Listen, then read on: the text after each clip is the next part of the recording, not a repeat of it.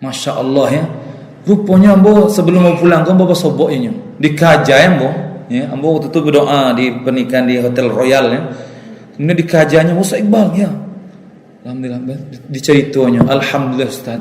Rumah kini Ustaz di depan masjid wilayah, rumah semakin besar, kolam renangnya besar. Semakin dia infakkan hartanya di jalan Allah, bukan semakin miskin, semakin kaya dia. Lah proyeknya ada di London kini dengan di Paris ya Allah. Subhanallah. Makanya beranilah dengan Allah Subhanahu wa taala.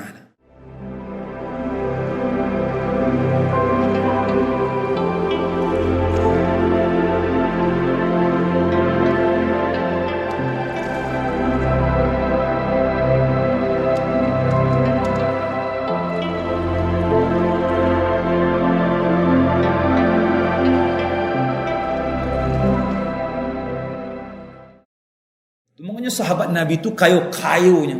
Kalau tidak kayu berilmu. Makanya Madinah Al-Munawwarah itu kaya sebab memang sahabat-sahabat Nabi itu memang kaya dan mereka mengikuti Islam, patuh dengan Allah dan Rasulnya, dan Allah kayakan mereka. Dan orang yang betul-betul berilmu sebab apa?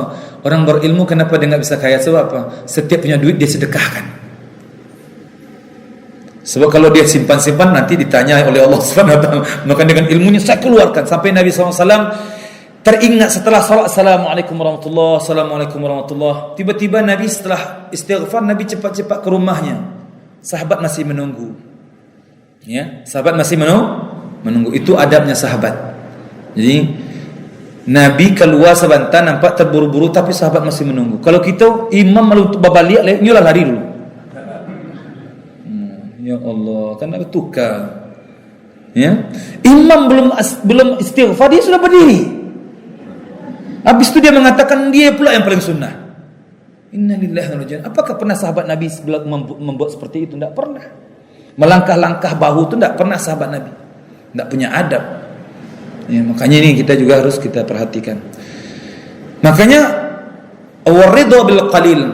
Redho dengan yang sedikit. Man lam yashkuril qalil lam yashkuril katsir. Kata Nabi SAW, siapa yang tidak bersyukur dengan yang sedikit, dia tidak akan bersyukur dengan yang banyak.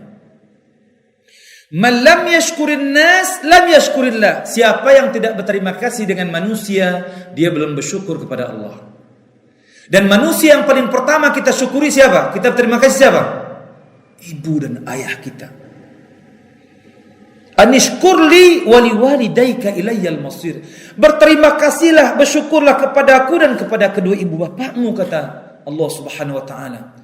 Kalau kita disuruh oleh Nabi untuk mengucapkan alhamdulillah setiap hari, setiap saat, seharusnya kita juga takah tu kai duk jua ayah, ma terima kasih ma, ayah terima kasih ayah. Tiap hari.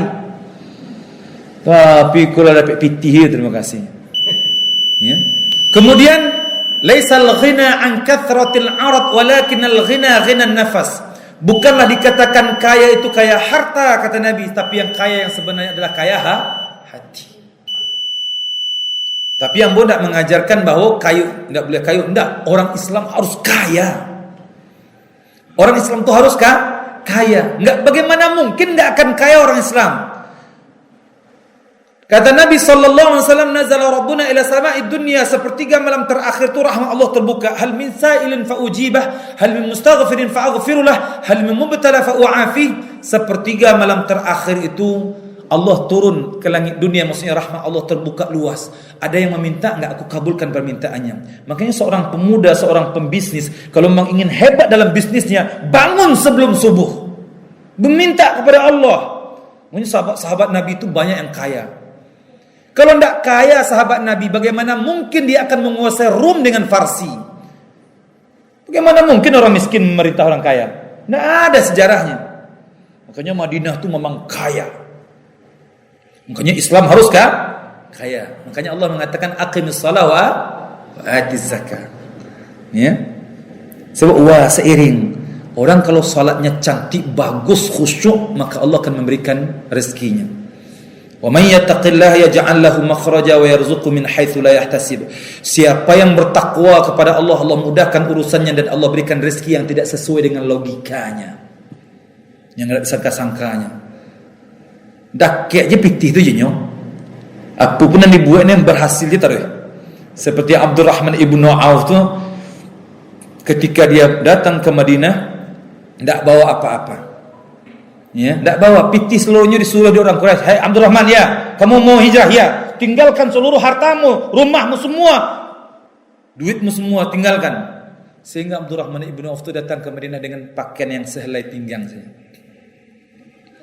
Tapi memang orang berlapang hati ini, baru sampai di Madinah ditawarkan oleh Sa'ad bin Mu'az. Abdurrahman, saya punya rumah banglo 2. Lihat rumah saya, yang mana yang kamu suka pilih, saya kasih. Allahu Akbar. Yang lebih dahsyat lagi, Abdurrahman, saya punya istri 2.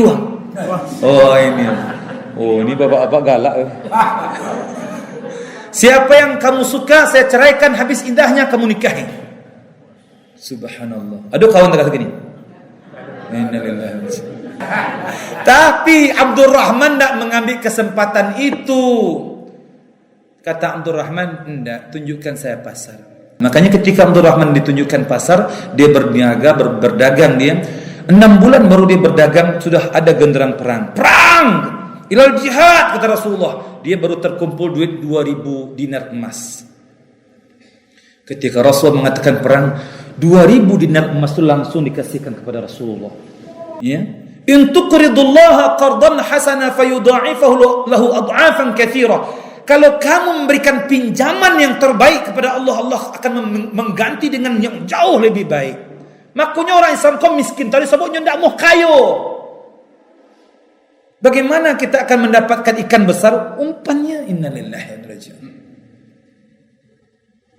Keluarkan baru kau 1 bulan 400.000. Apatah lagi kalau kita niatkan yang 100 setiap Jumat itu, ya Allah. Kalau ada pembersih lalu selesai segala macam, ya Allah, iko wakaf sedekah jariah untuk ibu saya. Nak sabit namanya Maimunah. Juga besok ini sedekah jariah untuk ayah saya, sabit namanya. Ya Allah, kalau seandainya orang berani dengan Allah, wa ma anfaqtum min syai'in fahuwa yukhlifuh wa huwa khairur raziqin. Apapun yang kamu infakkan di jalan Allah, pasti Allah ganti dengan yang jauh lebih baik.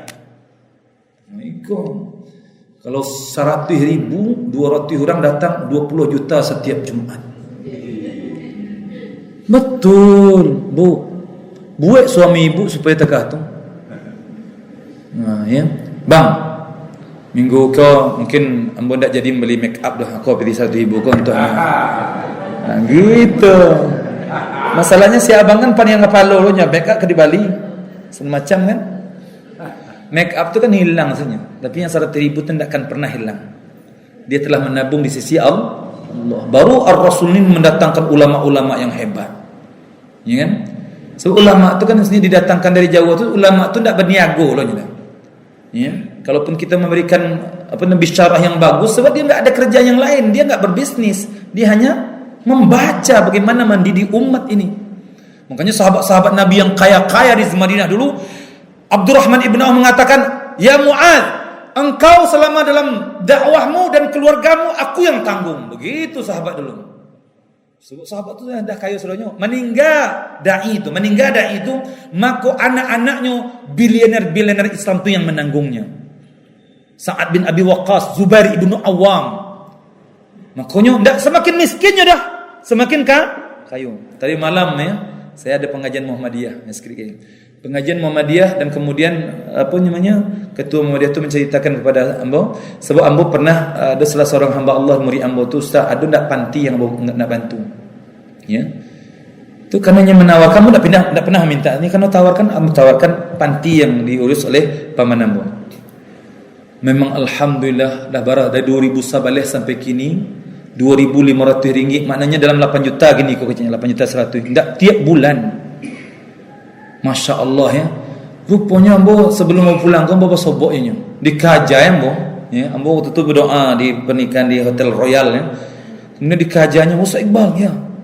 Alhamdulillah diceritanya, alhamdulillah Ustaz, rumah kini Ustaz di depan masjid wilayah, rumah semakin besar, kolam renangnya besar. Semakin dia infakkan hartanya di jalan Allah, bukan semakin miskin, semakin kaya dia. Lah proyeknya ada di London kini dengan di Paris, ya Allah. Subhanallah. Makanya beranilah dengan Allah Subhanahu wa taala.